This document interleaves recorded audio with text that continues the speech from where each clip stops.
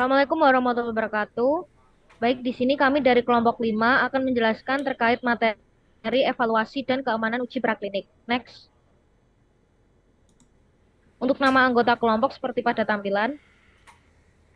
Next.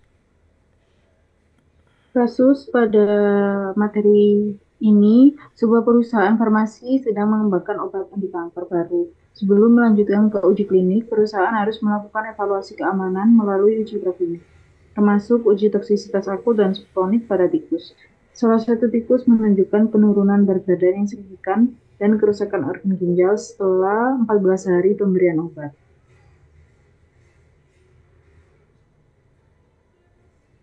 Kemudian ada pertanyaan yang pertama.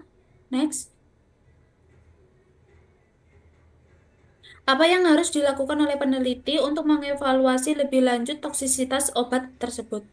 Untuk mengevaluasi lebih lanjut toksisitas obat anti kanker yang menunjukkan efek negatif pada tikus, peneliti harus mengambil beberapa langkah penting seperti hentikan pemberian obat, eh, jika tikus mengalami kerusakan ginjal untuk mencegah kerusakannya lebih lanjut.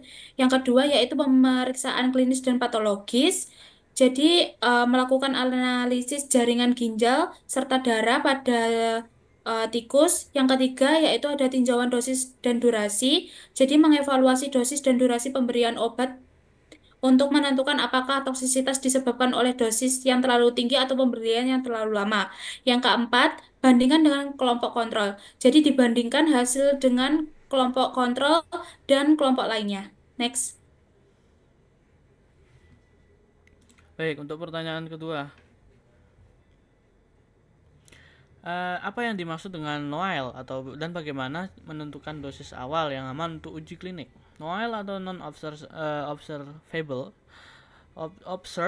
observable adverse effect level merupakan konsentrasi atau dosis zat yang tidak menyebabkan perubahan yang merugikan dan dapat terdeteksi pada suatu organisme dalam eksperimen tertentu.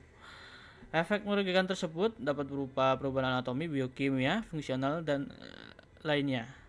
Penentuan dosis tersebut dilakukan menggunakan 4 fase, yaitu fase 1, yaitu peneliti menguji keamanan obat baru pada kelompok kecil dengan pengawasan ketat. Yang kedua adalah fase 2, evaluasi efektivitas dan keamanan obat baru atau kombinasi yang digunakan untuk indikasi tertentu. Dan fase ketiga untuk melakukan perbandingan placebo, obat yang sama tapi dosis berbeda secara acak ya. Untuk yang selanjutnya adalah fase 4, perlakuan setelah suatu obat disetujui dan untuk digunakan pada masyarakat umum setelah melalui fase 1 dan 2 dan 3 dan 4 untuk menguji khasiat dan keamanannya. Next. Untuk pertanyaan nomor 3, mengapa evaluasi toksisitas subkronik dan kronik penting dalam pengembangan obat ini? Evaluasi toksisitas subkronik dan kronik sangat penting dalam pengembangan obat anti kanker karena membantu mengidentifikasi efek samping jangka panjang dan menentukan dosis yang aman. Pengujian ini memungkinkan kita melihat potensi akumulasi zat aktif yang dapat menyebabkan kerusakan organ yang mungkin tidak terdeteksi dalam uji jangka pendek. Selain itu, uji ini juga memastikan keamanan obat jika digunakan secara berkelanjutan. Data dari evaluasi toksisitas subkronik dan kronik diperlukan oleh Badan Regulasi untuk memastikan bahwa obat aman sebelum diuji pada manusia.